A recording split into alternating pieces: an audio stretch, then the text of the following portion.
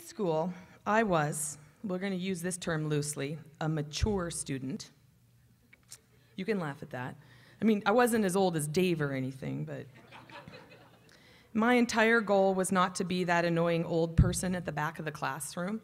Most of you have been through U1, so you know exactly who I'm talking about, right? And I'm sure I wasn't afraid to make friends, but being closer in age to the faculty members, I didn't feel like I would actually have much in common with my fellow students. I could not have been more wrong. Besides my general inability to keep up with your partying, oh my gosh, we all had a lot in common, especially as we faced the day-to-day learning, group projects, studying, testing, and more group projects. You're gonna have a lot of group projects, I'm just gonna tell you right now. And the four young ladies, Jennifer, Jenna, Maya, and Samantha, right? You're gonna wanna know them, because if you wanna do well, they're the ones that you're gonna wanna know. Just saying. I had an awesome 3 years, for those on the 5-year plan at Asper. I loved learning. I was a total geek. I loved learning. I loved going into class every single day because it was fun. Like, I mean, there was something different every day. It was that much fun. And it was fun because I made it that way every day. I had an awesome time. Every class was a new opportunity to apply something to my future, for sure. Every person I met was an opportunity to make a friend, a business acquaintance, or in cases to stretch my patience and learn to handle different personalities. Yeah, that was funny. Come on, guys. I made great friends, many of whom I remain close to today. I have worked and done business with many of my fellow graduates, and others I have tactfully avoided. And I was presented, as you will all be, with many, many opportunities I could not get anywhere else. In fact, what Asper does better than any other university business school in this country is put a lot of diverse opportunity within your reach. Heck, looking around you today, practically in your lap. That's awesome, and it is special to this school. I think that it's the nature of prairie business with the general warmth and common sense thinking. Perhaps it's a combination of that and the fact that we share living in a place where you have to work together. But we want, and I say we, I mean the entire business community in this room, we want you to succeed. And that's why we're all here today with you. No matter what your interests or available time during school, the opportunities are going to be numerous and will have benefit to both your professional and your personal life. Meeting top executives. I have a list here, actually. Some of these are highly inappropriate, so I'm just going to pick and choose. Learning proper etiquette at a business lunch so you don't drink someone else's water. That did not happen at our table yet. Meeting your future spouse at one of the great socials. You don't believe it, but it might happen. Learning, I know you guys are like, I'm just trying to find a girlfriend. Like, I'm not even looking to get married yet, right? Thanks for pushing me out there so far, but it could happen. Learning how to manage people well by actually attending your OB and communication classes. Oh, good Lord. Please attend your OB and communication classes. You all need it. See, Tom, one of your professors, is like, yeah, that's great. And you'll have opportunities to meet and make friends with those who are most like you, as well as many who are not, which is essential in management, let me tell you. Now, the thing about opportunity, and this is where I might actually ask you to do something, is that you have to recognize it and move on it. So there's kind of a two-part thing. I mean, one thing is we're going to give you all the opportunity we can, but you got to pay attention, and then you actually have to do something. So sorry, I'm giving you a little bit of homework. So today, don't just gather business cards. Oh yeah, nice to meet you, really nervous, it was awkward sitting at, and sorry for eating your salad, you know, that kind of stuff. But actually take that card and call them or email them. Keep in touch with them. And I don't mean just the business people, I mean the other students, especially the four right here, because you're gonna need it for group projects, you just trust me with that. The fact that you are all here today, over the ones that decided to sleep in or somehow felt that they didn't need to come to this, tells me already that you guys are already a few notches above, a little bit smarter. It's good. I know you will smartly take advantage of every opportunity during your time at Asper. I encourage you to make sure that you do. And you need to know that the business community and school, everybody in this room, are here for you because you are the future of business here. Thanks. Thank you very much. Now, you're probably all wondering, was I one of the students that she avoided? Or, I think I was. Yeah. Really. Ladies and gentlemen, Sheila talked about opportunity. Recognize it and move on it. We recognize there's lunch in front of us. We're going to move on it right now. You have salad presented. Enjoy your lunch. Enjoy the networking. Get to know each other. Pass those cards around. And right after lunch, we'll hear from Paul Soubry Jr. Enjoy lunch.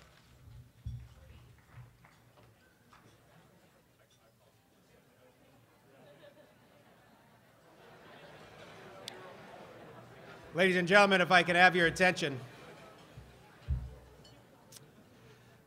Man, that worked again. Thank you so much. I hope you enjoyed your lunch. Let's give the Fairmont a big hand for an outstanding lunch. Great job.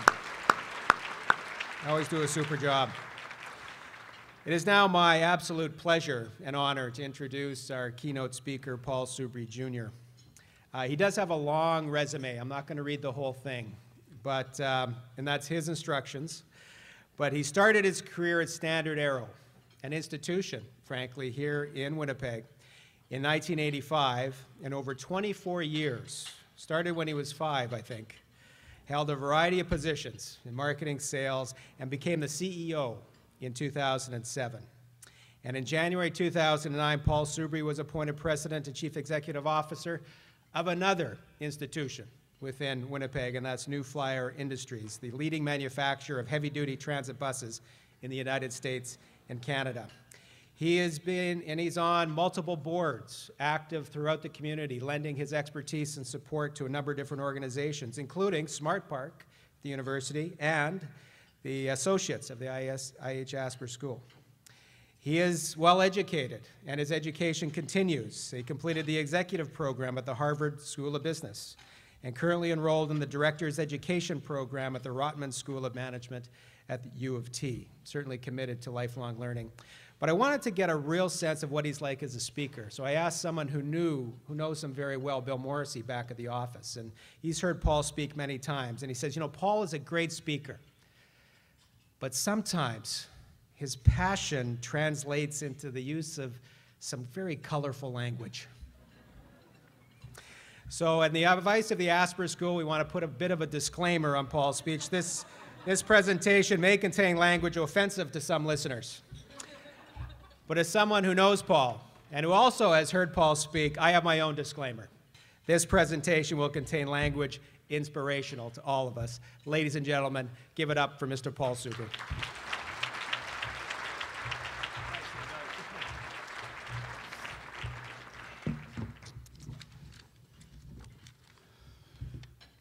Thank you, Dave. I now have to wear glasses, like some of you will, I'm sure. Thanks for the kind introduction, and I know that I have a little bit of reputation of using four-letter words, so I brought my wife today to make sure that I... So welcome, first-year Asper students, welcome returning students, the faculty, the staff, the young associates, and the associates. And I'm really pleased and honored to be part of today's event.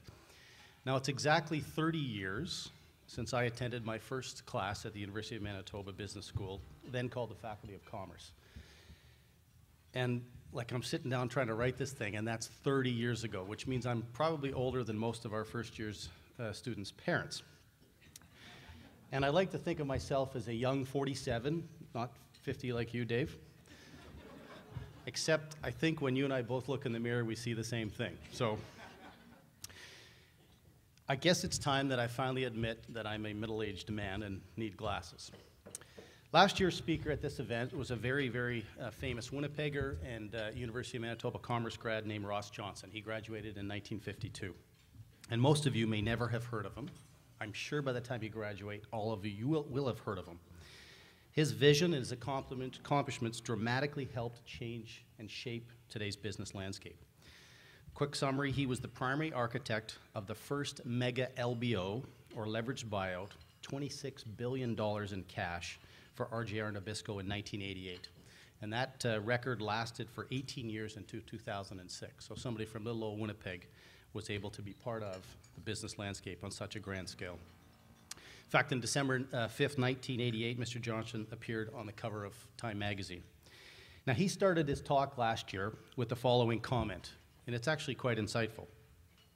There's three kinds of people in the world: those that make things happen, those who watch things happen, and those who wondered what the hell happened. So, like any A-type personality, I tried to figure out which one I was. And honestly, I think I spent the first 20 years of my life, it was a complete blur. I had no idea, nor did I really care for that matter. So I think I spent most of the time not really caring what happened. The next 10 years, which included my time at Asper, I watched things happen.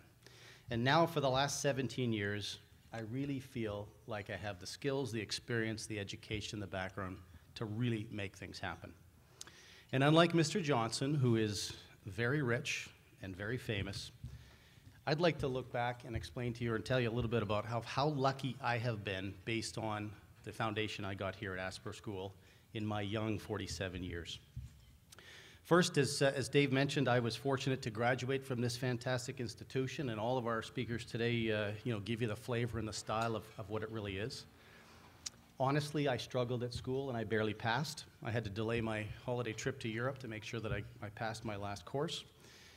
And I've talked to the dean many times on this. I was hoping the Y2K phenomenon would wipe out my transcript, which the dean and the president of the university assure me that will never happen. I've lived in Canada, in the US, and in Europe. I've only really worked at 2 companies since graduation. I got fired from the first one after 24 years. My dad always used to say, what goes up comes down, and boy did it come down. I've been through 6 ownership changes, 2 private equity flips, and 1 corporate buyout. I've been involved in buying 3 companies, selling 1, and shutting down 2, 1 in Mexico and 1 in Manila. I've attended Harvard Business School. I've made presentations at the Pentagon 4 times. I testified in front of Congress twice. And I've traveled all over the world, flying well over 5 million miles, which works out to about 10 times to the moon and back. Now, don't tell my mom about this, but I also got tossed out of the Sistine Chapel in the Vatican for wearing flowered shorts and a tank top. I've toured our Prime Minister through our facilities, and last year I hosted Vice President Joe Biden at our facility. His teeth are so white, and his hair, they have to be veneers, I'm sure of it. I've met some really, really cool people, notwithstanding the people in this room that have played a mentor role to me in some way. I've met the founder of Southwest Airlines, Herb Kelleher. I had dinner with Howard Schultz, the CEO of Starbucks. I had cocktails with the ruler of Dubai. And I got to hang out with the King of Sweden in his palace in Stockholm. And then today, I have the wonderful opportunity of running a billion-dollar company right here from little old Winnipeg, Manitoba. So not bad for a guy from Charleswood who started out delivering newspapers and whose first real gig was at Junior's, flipping burgers and making fries. Gave me terrible complexions. My sisters used to give me Clearasil for Christmas and birthday presents. My point of telling you all this is not to brag about me, but to demonstrate that a great education, hard work, lots of luck, great things can happen to ordinary people, and that we can do it from right here in Winnipeg. So like Sheila did, and like Dave did, I commend you on your choice of attending Asper School of Business. And for many of you, it's your first major investment. And in my case, I am very proud that I made that investment, and the return on investment, or ROI, for me, has been spectacularly awesome. So tomorrow, what should you expect when you show up at the Asper School? Honestly, I have no freaking clue. It's been a while since I've been in class, but what I'd like to do is give you some advice that may help you and guide your actions and your decisions as you study and then venture the business world. So a couple of takeaways. First, time is our most precious, non-renewable resource. This is your first lesson in accountability, a word that you're going to hear lots, that's very, very hard to teach, but until you understand it.